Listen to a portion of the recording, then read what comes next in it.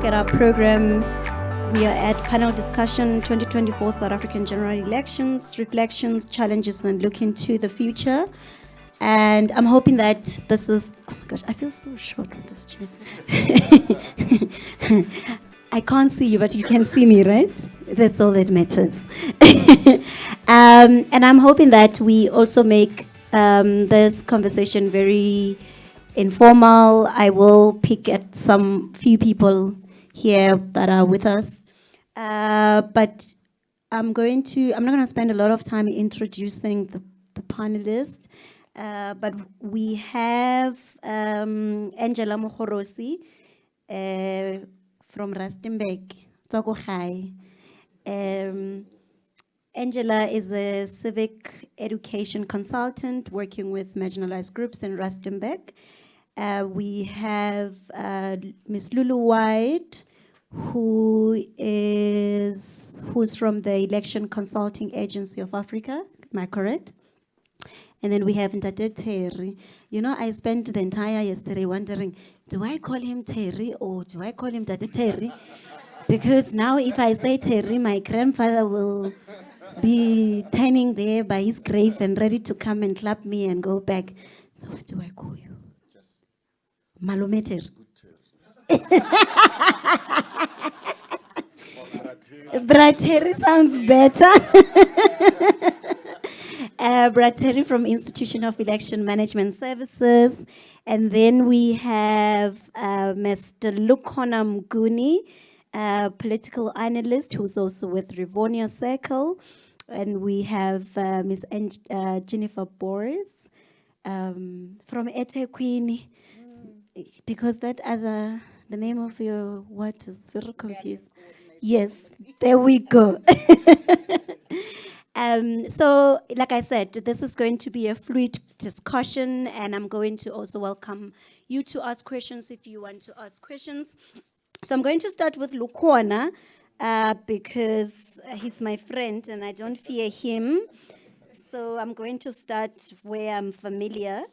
So looking at our current political landscape with the establishment of the Moonshot Pact by multi-charter organizations that aim to unseat the ANC, I want you to help us reflect on what does this tell us?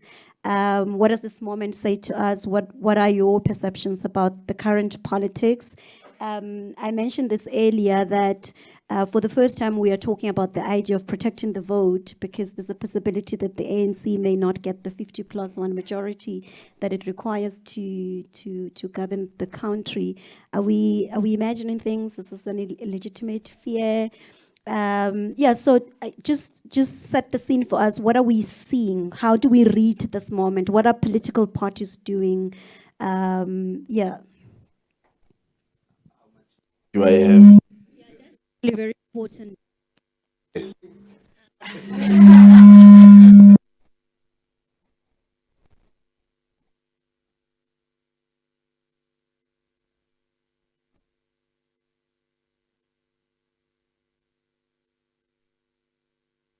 And then?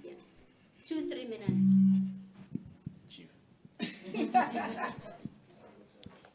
Okay, a very good morning to all. It's a very difficult question to package in 2 minutes, but I'll probably give bullet points in terms of what I think is happening in 2024. Some say it's 1994, so welcome back to going back to time space insofar as what people are hoping to achieve in this year. I mean, it's 30 years of our democracy. There are significant movements happening in the world over. I mean, India is going to an election, the US is going to an election, UK is going to an election, and plus another 45 or so countries are going to elections. So we must not imagine ourselves in isolation in terms of just how significantly the world can shift because of what we conceive to be democracy and electoral democracy in particular. There are, of course, always domestic problems. So when Judge Pillay was talking about what governance means, I was without electricity for 12 hours yesterday, and I slept before I wanted to. That was a problem. But There are far more significant problems, and I think one is absolute social fragmentation that's happening in South Africa. And the social fragmentation is causing a problem of no avenue for building or for consensus building. And by consensus building, I mean we don't need to think like sheep and cross the road even if it's dangerous because the first sheep crossed the road. But by consensus building, I mean us having spaces of conversation where we move with some level of direction in terms of where we want to take the country. And as a result, so we are gathered here, it's beautiful, but I can tell you the minute we walk out here, we're going to go back to our bases and do exactly what we were doing before we came here. So that's the core problem that we face in the South African society now. And therefore, what the political parties are doing is to try and game this fragmentation and see how do they profit out of it rather than how do they help consolidate society towards a particular outcome. And this is why we are probably having everybody launching a political party and hoping I'll get one seat, I'll get in there, But what is the national agenda that is being presented to us? At some point in our history, towards an election, we knew that there was some national agenda that we were driving towards. So in 1994, it was a national agenda to avoid a violent conflict towards an end of apartheid and ushering in of democracy. I think in subsequent elections, whether it's 1999, 2004, questions of development were really top of mind in government in terms of how do you remove scores of people out of poverty through a variety of mechanisms. And one of the things that the government had to contend with was the issue of sovereign debt and how do you develop a society in a context of sovereign debt that the apartheid government had inherited. And the first thing was then you need to grow your economy or at least find a way to develop your economy towards some growth so that you can have money that you can then redistribute to society. Effectively, then you transition towards that, then you deal with questions of poverty, questions of, social security, and how do you imagine those? We can talk about whether they were adequate or not, but there was a national agenda that was top of mind in driving those who were political actors in terms of the society that we ought to live in or ought to deserve. Currently, there is very little national agenda and a lot of noise and clutter. And so I'm talking about what political parties are not doing, which is a much more scarier thing rather than what they are doing. We know what they are doing. They are gaming, they are playing each other, they are trading, they are horse trading, they are trying to see who, they are reinventing themselves. To think that really some people can believe that the former president is a silver lining to a better South Africa is a scary thought for me, but it tells you that politics, unlike the people in this room, are not only driven by rationality. Politics are also driven exceedingly by passion and irrational thought. And by the way, all of us have participated in irrational thoughts in our approach to politics. There are some of us who vote for political parties across the spectrum of political parties solely out of heart and not rationality. There are many people in this room, I can assure you, who have voted for parties without reading their manifestos, even though they call themselves readers. So the point I'm making is then take a step forward. Political parties are the problem, but I've often said we leave the citizens out of the blame for too long. There is a problem with citizens in this country, including the so-called educated ones, where they are quick to label. Make you an example. I'm on a round of focus groups now across the country. I'm going to do about 32 of them in 25 different locations in 9 provinces. And what I always find fascinating about doing focus groups, and I'm going to shut up about this, is when you try test different political parties, somebody actually used a word that I've been using for some time. People say, yeah, those who vote for the ANC, they deserve what they get. Come on. There are 10 million people plus who vote for the ANC out of plus minus 40 million voter eligible people. How do you blame 10 million people who form 25% of the eligible voters? Why are you not talking about the people who are actually outside of the electoral politics process and put some blame to them as well? Now this person says, no, the ANC is like fashion. So what do you mean? So it's a trend. So you follow trends.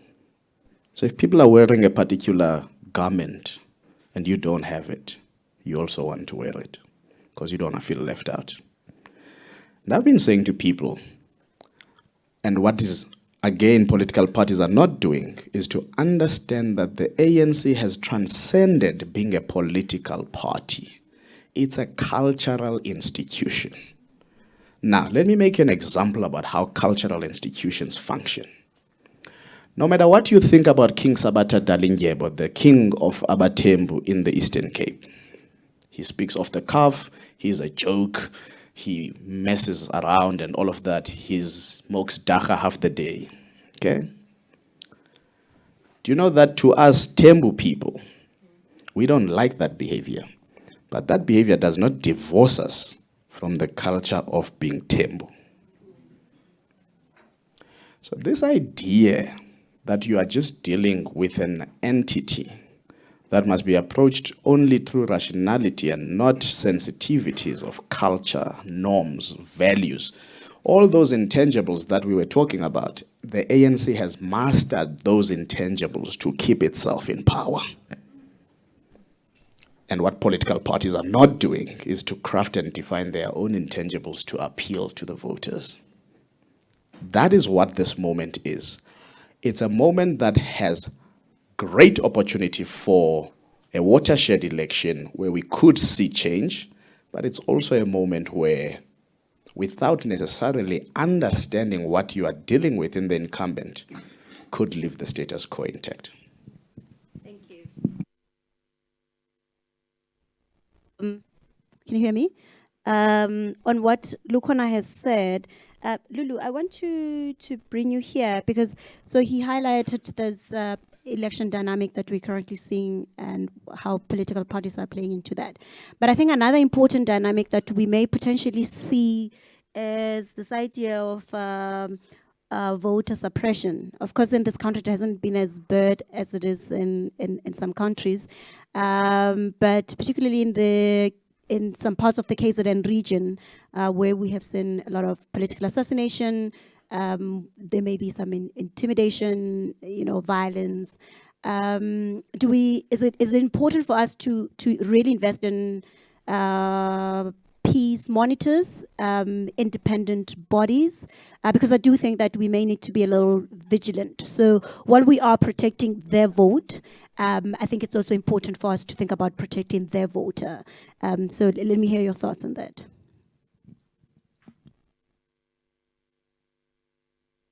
I think KZN has really been, even pre-1994, it's one of those provinces that when we were concerned about violence in elections, it was one of those that was really a hot spot, so to speak. And I think the new dynamic of, having the MK now participating in that space, now there's uncertainty with the IFP, where the IFP is going to emerge or not. And then there's also, already we've seen the political killings that we've experienced, traditional leaders also being killed there. I do think that perhaps it is important that peacekeeping missions, are on the ground. That said, during elections generally, there is a heavy police presence in those particular areas. So I think that also does help in terms of deterring any further violence from happening. But I think another factor that we don't really talk about as often as we should is the elimination of people on party lists. And I think in as much as we talk about protecting the voter, we never talk about Terry being number one on the list and Lulu being number two, and Lulu needing to remove Terry so that I actually have a space to be able to participate in. And I think there needs to be a lot of work that goes into that. Also to touch on what Lukhona was talking about with regards to placing the blame on the citizens themselves. I think we are where we are as a country because of the citizens, because of the lack of participation from the citizens. Okay, so the biggest problem has not really been the people that do go out to vote, because consistently we've had the same result over and over again. And as Judge Pillay spoke earlier, that does the fact that yes, an election has taken place, but there's no benchmark in terms of what legitimizes an election, right? Should that be something that we look at going forward as a country? Should we start introducing things like that, where you say if 10% of the population came out to vote as opposed to the registered amount of people of 46%, perhaps then this is now we then go for another rerun in the election. Those are things that we need to also start considering. But with regards to peacekeeping missions, perhaps as a country, as a measure going forward, it is something that we need to consider. But South Africa is generally a very mature democracy, and it's just a safe, it's just a safekeeping measure more than it is anything else. I mean, it would be interesting to have some sort of a regional reflection on the matter. Zimbabwe went on to elections last year, and I mean, we don't have to talk about that. But I think it's important, and I'm going to put McDonald on the spot, given that you one, you're from Zimbabwe, but two, even the work that your organization does. What are some of the things that we can learn from Zimbabwe? Because I mean, we saw there were cases of a few members of civil society organizations that were refused.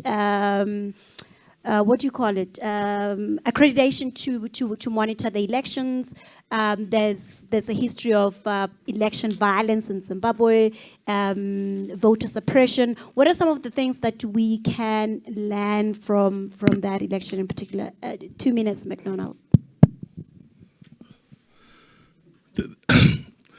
I'm not sure whether I should thank you, Bonolo. I think customarily you just start by saying thank you, but I'm not sure whether this is worthy of thanks. Having said that, I'm also not sure whether Zimbabwe and a lot of other places are in a space where they can be able to teach anything, especially around peace, given the violent nature and character of electoral processes in that country, both overt, covert, physical, and emotional, structural forms of violence that have characterized the electoral processes in that particular country. But having said that, I think what I can offer are some reflections on the questions that you have placed. Some of them do emanate from practice and what has been happening in that space and other spaces. So the first thing for me really is this question around, so let's start with the question of peace. I think that when we begin to engage in a conversation around peace monitoring, which is the conversation that we are now already having, it may already be late in the game, because we are putting ourselves in a space where we are going to be observing and then trying to intervene to stop violence from occurring. A more profitable enterprise for me, and I guess something that I would encourage colleagues in civil society in South Africa to think about is this process of building peace, even outside the context of electoral processes. And that's one of the things that I really liked about what we're doing today, even though a lot of the conversation is around voter education. It's clear that the publication that Freedom House is launching today is around civic education, with voter education as a component. And I think that is what we need to do. Our citizens are not just voters or only voters, they are also citizens, and the same process needs to take place. Peace is not just a requirement during elections, and it will not be built during elections, because that is when contestations are at their highest. The people who engage in political violence and who disrupt peace in our societies are usually members of our societies. And in order for us to deter violence from occurring, the work needs to happen before political contestations are at their height. And there are ways in which you can be able to do that.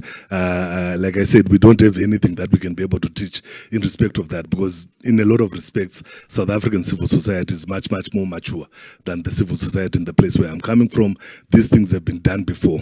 The difference is that they have not been done as events or as incidents. They've been done as processes. And we need to go back to that patient place where we build, rather than intervene when it's already already late. The second reflection that I can just throw onto the table is again something that is process related. I think that in a lot of respects, South Africa is lucky. Some of the kinds of challenges that we have encountered, for instance, the example that you gave where civil society groups are deterred from observing an election because of perceptions around their affiliations or associations with political parties, is something that perhaps we can seek the judge's reassurance is unlikely to happen in South Africa. So while that is detrimental, it's unlikely to happen. Part of what I would encourage colleagues to do is to engage in an honest reflection around what this political moment actually is in South Africa, this particular moment. And sometimes it's easy for us to say that we are back to 1994. I hear that that is a popular narrative. But the reality is that times have changed, things have moved, and the political moment, even though it may be similar, may actually be fundamentally different. And in order for us to be effective in addressing and dealing with the moment, we need to have an honest reflection around what that means. Eric, as a father, needs to answer serious questions around what made him active as a young person prior to 1994 and what it takes for the daughter to be equally engaged in today's moment. Eric, as a father, needs to seed consciousness in the daughter that South Africa is the only country that you have, despite your Catholic, Irish, Swiss, I don't know, the different heritages that he placed on the table. Because ultimately, you know, that realization that this is the country that you have and you have a responsibility as a citizen to build it is something that we need to cultivate. I'm not sure how best we can be able to do that, but I think that that kind of consciousness was there prior to 1994. Of course, a few people would go into exile, but for the majority of people, this is the only country that they had, and fighting that oppressive system was not just something that they did because they wanted to do. It is something that they did because they had to do, because they knew that this is all they have. There's an interesting video that colleagues from Kenya made about 10 years ago. I've forgotten the name of the outfit, but it was after the 2007 election violence. Young people in Kenya came together and did a video that I found very, very inspiring as a Zimbabwean. And the tagline there was just that if this country bends, we burn with it. And I think that that's the kind of consciousness that needs to be built in young people today. But we'll not be able to do it through sitting in rooms like this. Part of the challenge is meeting young people where they are. So how are they communicating? How do we get their attention? How do we communicate and engage with them? If your thing was rallies, don't think that rallies will work in 2024 if they worked in 1994. Be honest in your reflections. How can you get to them, and how can you seed the kind of consciousness that will get them to act? I'm not sure if that is helpful, Bonolo, but yeah. Thank you, Thanks. thank you. And I want to bring Angela here on your point, this idea of that we won't change things in this room, right? So I always talk about this ethics of hearing and ethics of feeling and ethics of listening, right? So after hearing particularly what Lukhona said earlier and what my brother just said, what is it that in your work in particular, what are you hearing from the people that you're engaging with when you do civic education, and do they actually even feel that somebody is listening to them? Because I think that Lulu mentioned this earlier, that it's very important that we really think critically about this idea of citizens and their participation in political processes and in the electoral process itself. Thank you so much, Program Director. I'm still Angela Mukhorosi from Rustenburg. It is not easy because, first and foremost, as I'm sitting here, or if I walk in this room, particularly, just the greeting will be hi, or Okaira, but I'm not actually a man. You understand what I mean? Just a simple greeting. I'm a woman. I'm a mother of a 16-year-old son. I'm a queer mom. You understand what I mean? And I am competent. I'm not an object. I have to be respected like anybody else's.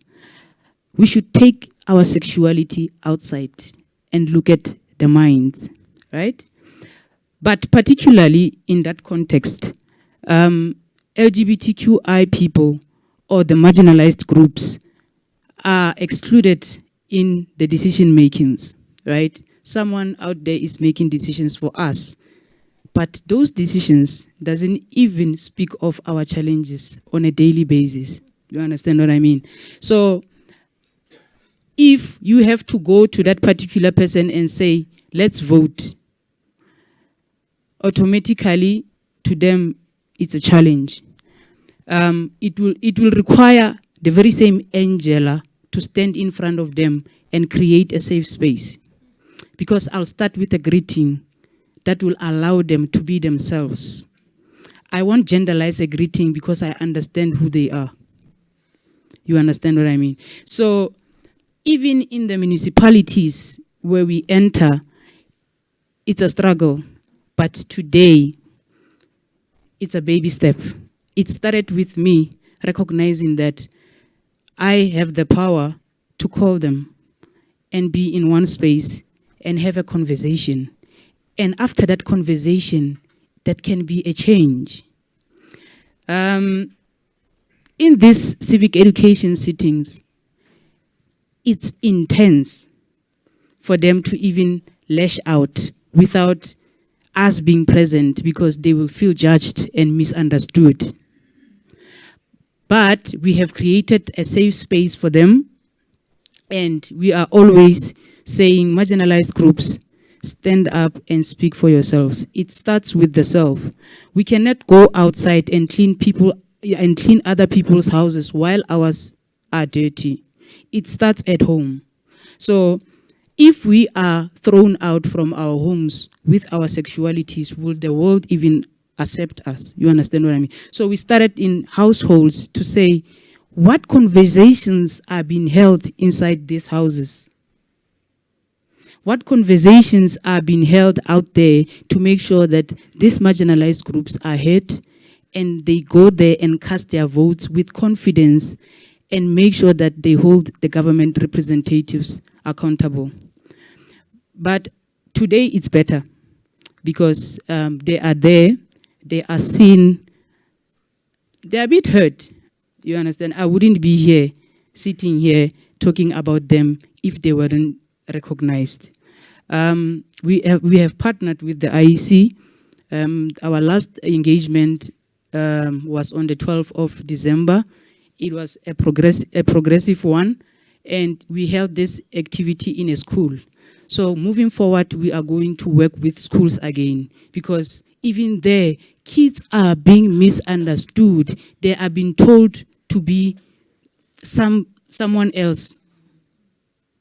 So I'm creating a safe space from communities, from households, and even in schools, so that even tomorrow we allow a girl child to wear a trouser and enter the room and write whatever that needs to be and go back home, because we are not there for fashion parade, we are there to learn.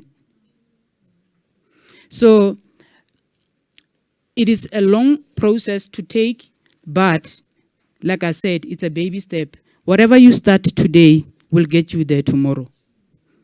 So with that being said, I think I've covered you. Thank you, Angela. I really appreciate you sharing your reflections, and well done on the work that you're doing. So I want to ask Buteri something. So Lulu said something earlier about legitimacy, right? So in the last election, slightly under 50% of the population participated, right? So what measures could we put in place to ensure credible and legitimate election, regardless of the number of people that have actually participated? Regardless. Thank you very much, Program Director. There are quite a number of things that determine the integrity of the elections. Of course, voter participation and voter turnout is a critical element in terms of determining the legitimacy of an election. From our organization, we developed a thing called the integrity wheel. This integrity wheel, we use it to assess the integrity of the elections. And then there are basically 5 things that we normally focus on. Firstly, it is the quality of the voters' roll. Remember that the voters' roll determines who participates in the process or not.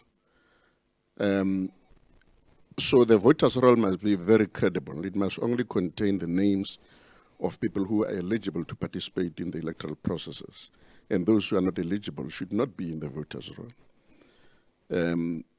I think you may recall that in South Africa, in Tlokwe in particular, the results of the elections were nullified on the basis that we had allowed, as the IEC during that period, people who were not eligible to participate in a particular area to come and register in that area and vote in that area. Now, that, as I've indicated, it's something that is important in terms of determination of legitimacy of the elections. But the second one is the quality of logistics, making sure that you've got sufficient materials going to the right places at the right time. If you've got the ballot papers that are unique, because it's a local government elections, now you find that you're in Johannesburg, you've got the ballot paper of people who are in Eastern or Ekurhuleni. That obviously will affect the legitimacy, because now it means you want people to vote for people they don't know and who do not actually reside in that area. So that can affect the legitimacy of the elections. The third one is the quality of the electoral staff. If you've got the electoral staff that does not understand the electoral processes, they don't understand the rules, they don't understand the law, alternatively, they inconsistently apply the law, that will also affect the integrity of the elections. Therefore, the quality of people that the Electoral Commission appoints must be people who understand the process, who are able to apply the law consistently. If I go to a station in the rural areas, I must find the same application as in Sandton. There should not be inconsistencies between that. So it becomes very, very important. There is the fourth element, which is that of the political environment. Earlier on, there's a question about whether there is a possibility of violence in the coming elections. Of course, Lulu has covered that and said the electorate in South Africa has matured. And then you must be able to look at the kind of violence that we are seeing in South Africa. It is not like in the past where you had no-go areas. You recall that 1999, you would even have the ANC and the IFP forming what they call turn-aside in order to try to deal with the violence in the East Rand, where if you belong to a particular political party, you could not go into these areas. So the kind of violence we are seeing is targeted violence. It's assassinations. It's people, you can't use peace monitors to monitor those people. You require the intelligence to have information. You require the state security to find information that can actually be able to arrest these people, because it is not political most of the time. It's access to resources. And then, as Lulu put it, also it's access to a list, because being in a list gives you access to resources. And therefore, you require a different kind of mechanism to deal with that kind of violence. And I'm saying that it is largely the state security that is that's supposed to be dealing with those kind of difficulties. So, but it does not mean that we should not actually prepare for a situation where there could be an eruption of violence. Even though there are no clear signs given the process that we've gone through in South Africa, where you can have, no-go areas and then particular communities fighting with another. We live now in same household, different political affiliation, and it's not a problem. And then therefore, the issue of political environment, it's important in terms of the determination of the integrity the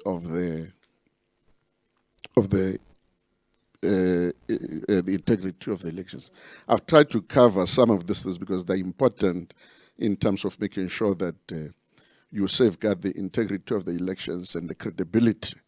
And therefore, voter turnout is just one of the things that add onto this whole notion of making sure that you've got credible elections that are respected, that have got integrity. So before I bring Jennifer here, so since this conversation is about civic education, voter participation, and stuff like that, so I'm wondering if, with regards to the ballot paper, do we have, and maybe even Jennifer and Angela can, oh sorry, I need to use the mic, can help us with the, is it on? So the IC will do their own bit when it comes to voter education, right? Most of the stuff is procedural stuff, right? So now that we're going to have independent candidates, do we think there's enough education that has been, or enough information shared with the electorate? Because I would imagine that the ballot paper may be very confusing if people actually don't know the implications of, or rather who do they identify on the ballot paper? Do we need enough education? Is it there? What is the IEC doing about it beyond the procedural stuff that they do as they prepare for elections? I don't know what the IEC is doing, even though even though I was with the IEC for almost a quarter of a century. I'm no longer there, so they'll speak. Judge Phyllis here will speak about what they do. However, the issue that you are raising is so critical because I've realized that even amongst leaders, there are so many people who don't understand the electoral processes. I've heard people saying that I'm going to stand as a presidential candidate. And then ask myself a question, whether these people understand, because if you go to the Constitution, Section 86 of the Constitution says that on its first sitting, the members of the National Assembly will elect from amongst themselves a man or a woman who will be the president. So you don't have direct representative. The fact that you've got now independence, it does not mean that it has nullified provisions within the Constitution. So, and then you can also go to Section 128. It's a mirror image of Section 86, even though this one refers to the premiers, because the premiers are also elected in that way. Or even Section 111 of the Constitution, which deals with the appointment of or election of speakers. You know, so there are many people who don't understand how this electoral process is going to be unfolding. So the issue of voter education is so critical. And it's not only the responsibility of the IEC, by the way. It's a joint responsibility. All of us have got the responsibility of making sure that we educate to the extent that we can. In the same vein of these people who've been saying that they're going to be standing as presidential candidate, I saw in the newspaper yesterday, one political party has appointed one personality, and they say, this one is going to represent the constituency of Soweto. South Africa doesn't have constituencies. It only has one constituency. It is South Africa. So the fact that you've got independent candidates, they may be from Gauteng, they may be from any other province, it doesn't change those regions and make them constituencies. There are no constituencies. So you're not reporting to any constituency. You're not accountable to any constituency. So the issue of voter education is absolutely critical going forward. Thank you. Jennifer, I want to bring you here. We spoke earlier, and Lulu talked about this earlier, about the tension in KZN, right? So in the work that you do, what are some of the challenges that you encounter? One, in terms of encouraging people to actually engage with the electoral processes, but also just as you read the political tension in KZN, what are some of the things that you anticipate could be a little challenging in the work that you do around civic education?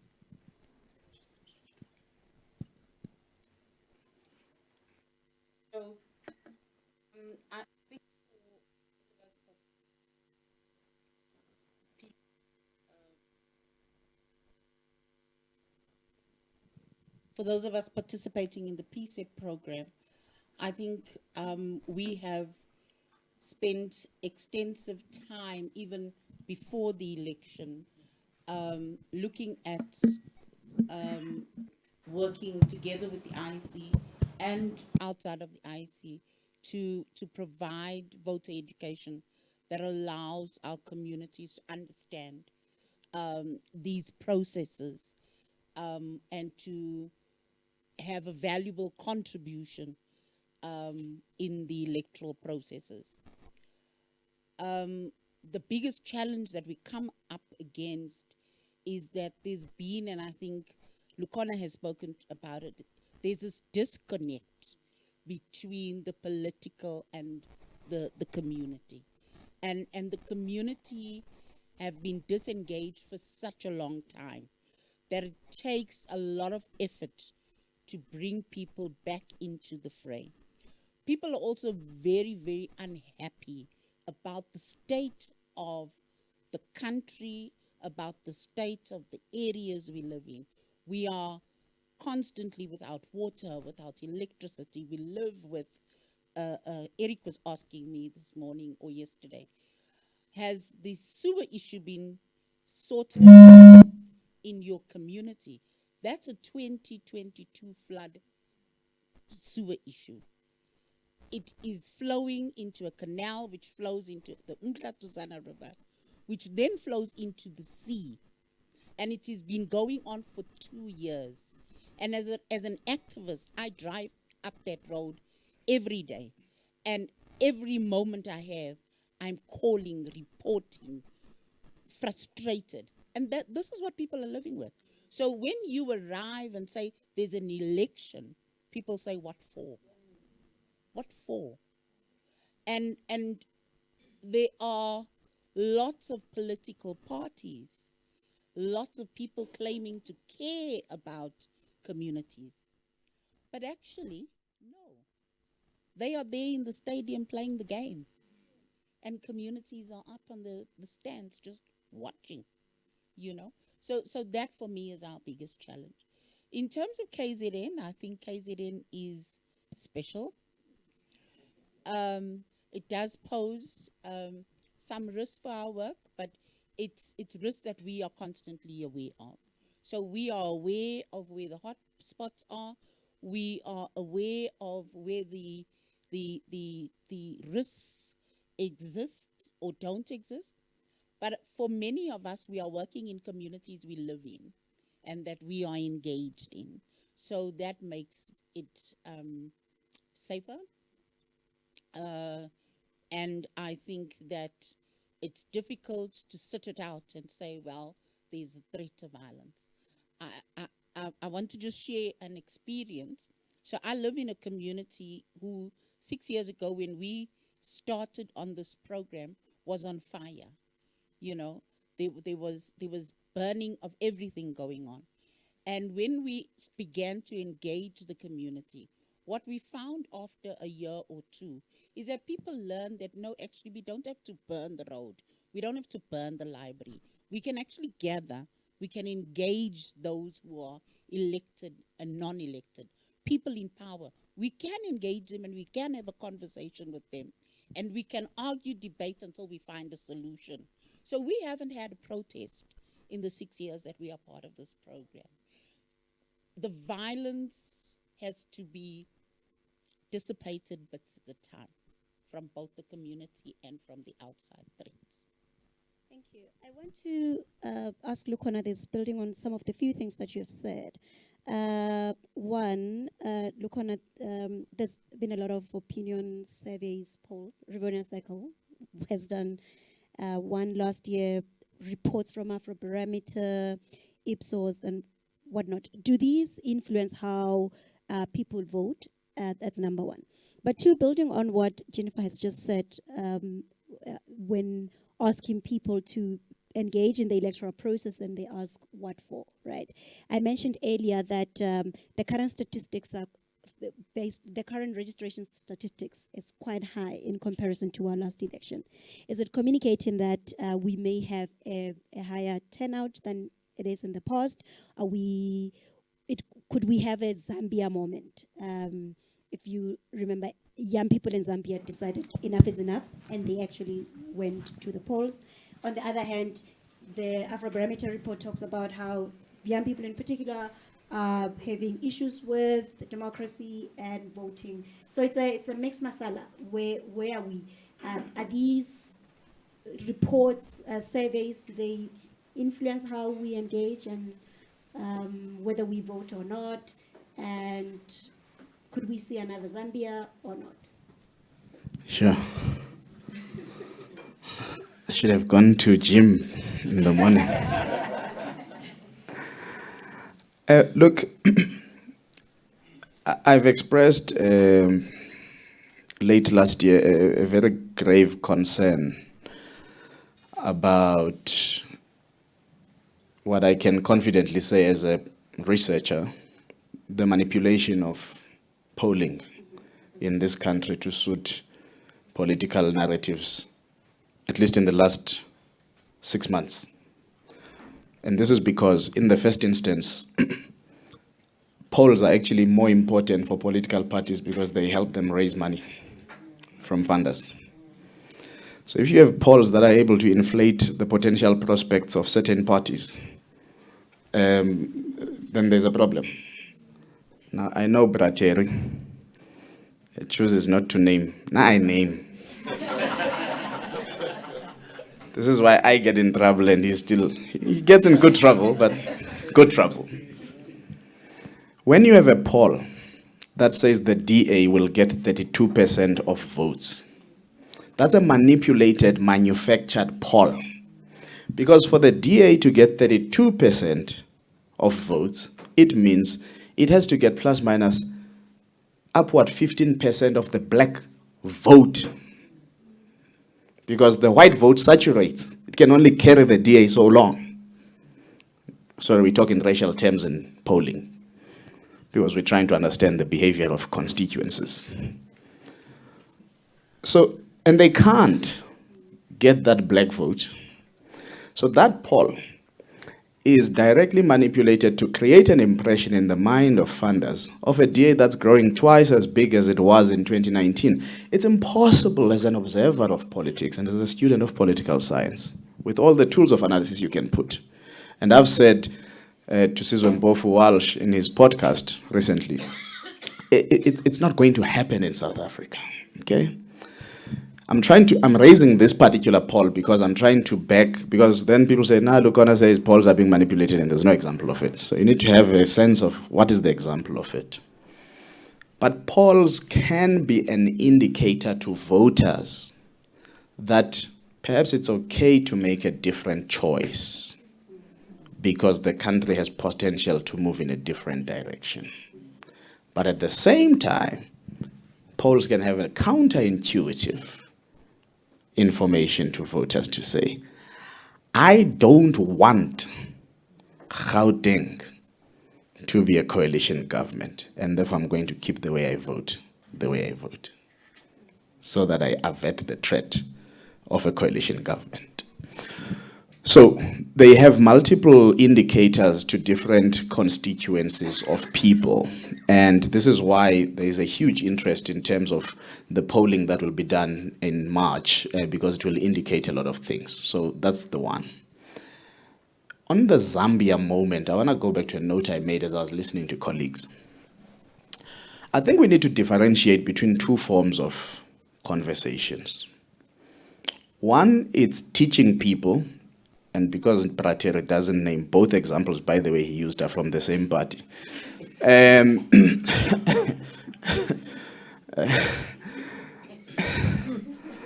this is someone who was in parliament before, so it's quite scary in actual fact. We need to differentiate between educating people to understand electoral processes and how we vote versus talking to people for them to go out and vote. There's a confusion going on in South Africa that voter education equals voter turnout. It does not. Voter education is just that. The assumption that people don't vote because they are undereducated about voting is a complete farce. It's a wrong theory of change. What's going to get people to go out and vote is a different thing altogether. And I hope we get that, colleagues. Because if we're going to think, no, the IEC doesn't do enough voter education, the IEC, the law says, that's not going to change turnout. I mean, you don't want to vote for crooks. You don't want to wake up and be inspired to go vote for crooks.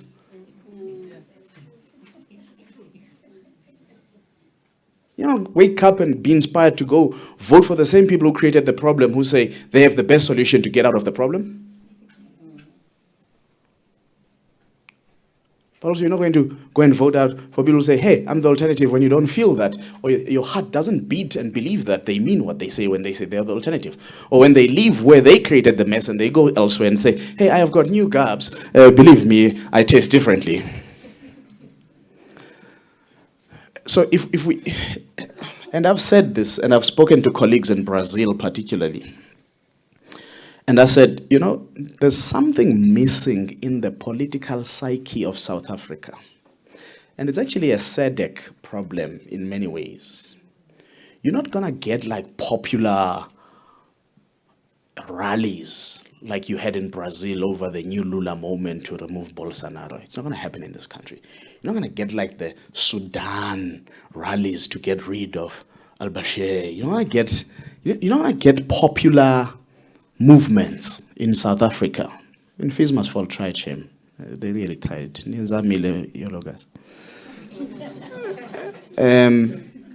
But en masse across the country, that's not the psyche of the South African politics.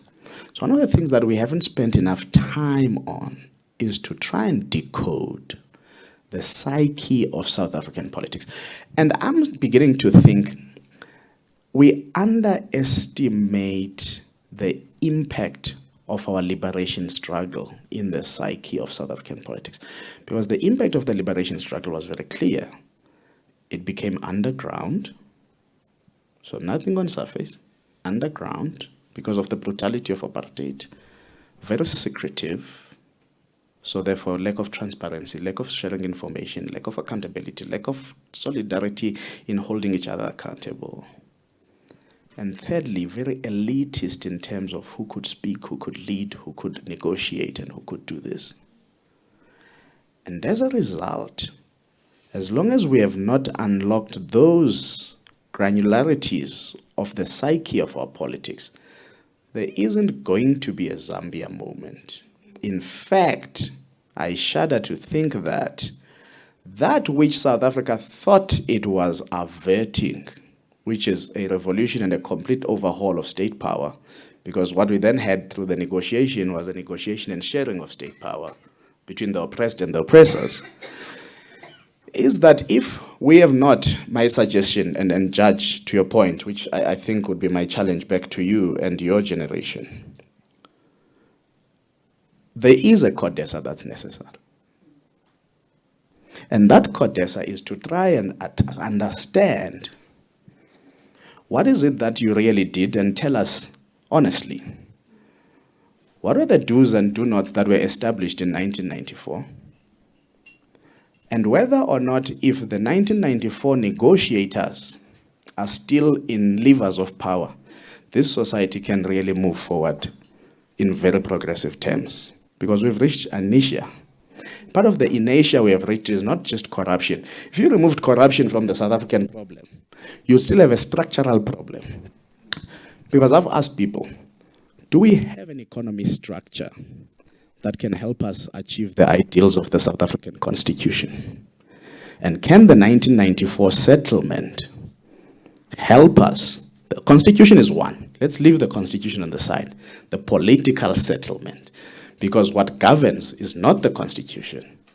It's what we call political will. But that political will is unleashed or inhibited by the political settlement. And for that reason, then, before I shut up, the CODESA that we should have, and by CODESA I mean the moment of deliberation, not necessarily CODESA, that we should have is about, has time not come for the levers of power to be handed over to a different generation? But then I'm reminded of the slave theorist who says, power concedes nothing without a demand, never has, and never will. Thank you. Thank you. Yeah. Thanks, Mkuni. I won't even say anything after that. I feel like this was a drop the mic moment. Judge Pillay earlier spoke about misinformation and disinformation. And so, Lulu, I want to ask, because this is fake news, disinformation and misinformation is a threat to democracy, right? So what are some of the strategies that could be employed to ensure that there's credible information out there and promote transparency and safeguard the democratic process? I think Sorry, and while you're at it, sorry to cut you, we've been having conversation around this digital democracy, right? So it was also very interesting to hear your thoughts about content creators. I mean, I love Instagram, so maybe I'm applying for a job if you need a content creator. So also just some creative ways of campaigning, of putting messages out there for both political parties, but also for us as members of civil society that are doing this work. How can we use the internet well, but also what are some of the threats to democracy that the internet presents us with? Thanks. I think the biggest threat that the judge spoke about was the misinformation and the pushing of an incorrect narrative. Lukhona also just touched on it with regard to the barometer and Ipsos measurement. So you can already tell that there is a directive that is being driven that does not necessarily benefit the populace.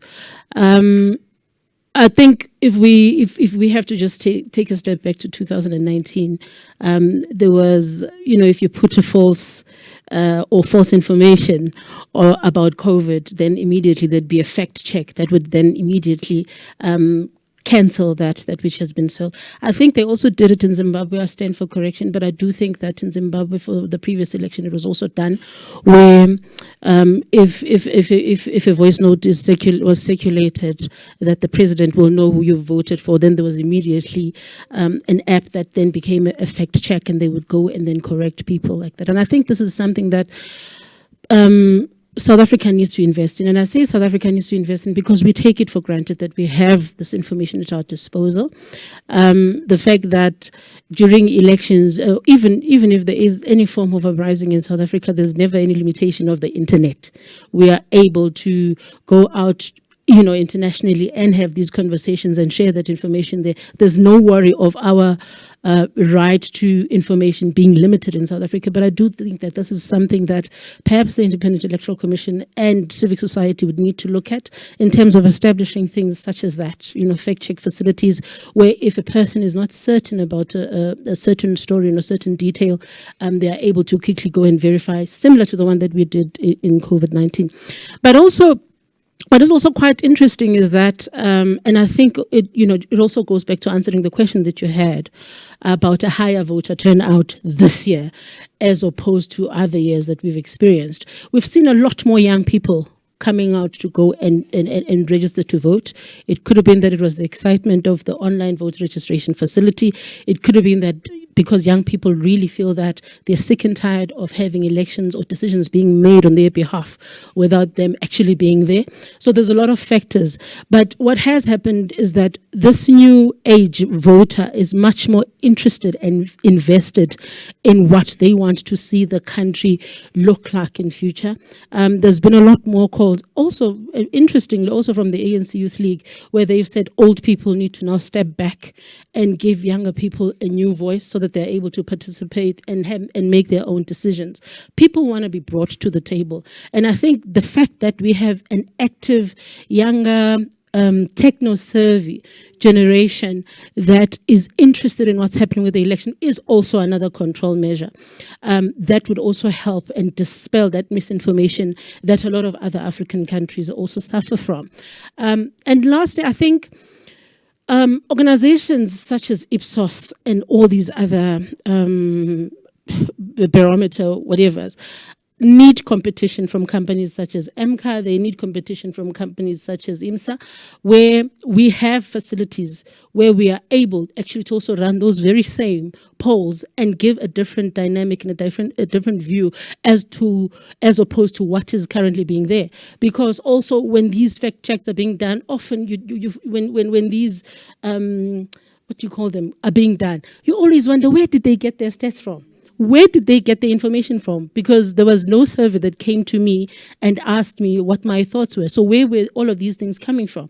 So the fact that South Africa as a, well, we're a growing democracy, we're also techno-savvy, there's access to everything. It means that we are also able to create our very own narrative in as far as building the necessary apps that would be able to provide such assistance should the time come. Thank you. I mean, I like the point you're raising. I won't mention the institution, but I was reading one of the report, and they were talking about how they spoke to 1,000 people in Ghana, and because of those 1,000 people that they spoke to in Ghana, they reached a conclusion that Ghanaians have an issue with democracy in Ghana. 1,000 people.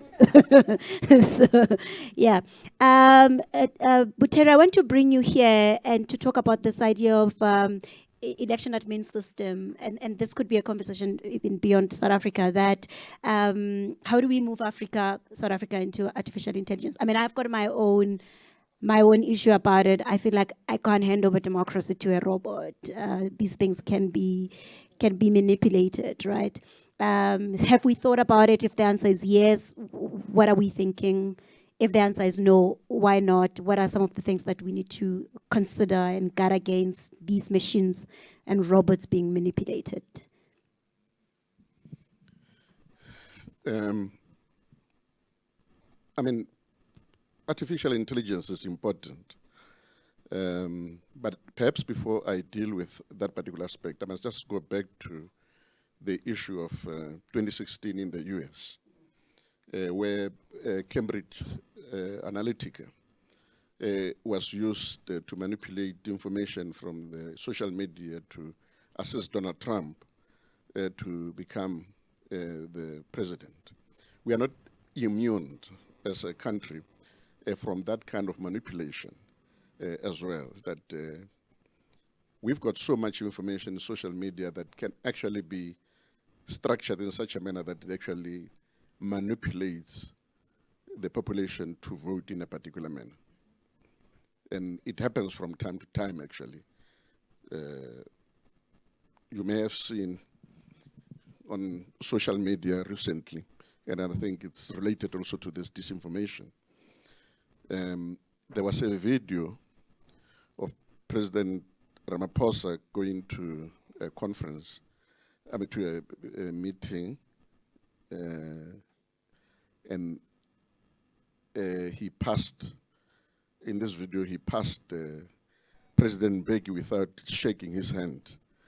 And then Panyaza also came, who's the Premier of Gauteng, and then also did not greet the president. And then I say, hey, this looks very strange. But I had to make time to really look at the authentic video of that event. And then I found that, in fact, this was manipulated. Because what had happened is that Panyaza, as the premier, actually went to receive the president, President Mbeki, and then, brought him into the hall. And then later on, the President Ramaphosa came and then he greeted President Mbeki, and then he passed and he came back and then to greet someone. But they deleted that particular section in order to create an impression that, that is what is happening. So you've got to be very, very careful with the technology and digitization, even though it is important. Of course, the electoral processes will have to move into a digital age. There are quite a number of things that have got to happen. We were trying to organize a conference, and then it was disrupted by COVID. But basically, in partnership with Nelson Mandela Foundation, wanted to look at the role of, or the effect of machine learning and artificial intelligence in electoral democracy, because it's an important subject to look at and then to see how that particular aspect begins to either strengthen or weaken electoral democracy. So I'm not too sure whether I have actually captured the issue that you are raising, but artificial intelligence, it's important, but how are you using it? And then how is it being used? And then how do you make sure that the negative effects of artificial intelligence are kept so that they do not actually begin to diminish the value of a democratic project? That is very, very important. Thank you, sir. I just got a message from my handler that we are running out of time. I should have left my phone there. I won't mention who my handler is because I still want her alive. But I want to say thank you so much for this conversation. I think it's been really an enriching one. Please, can we give the panelists a round of applause? Thank you. As I said, we are running out of time, so I'm going to welcome Pangi to take over from here. Thank you.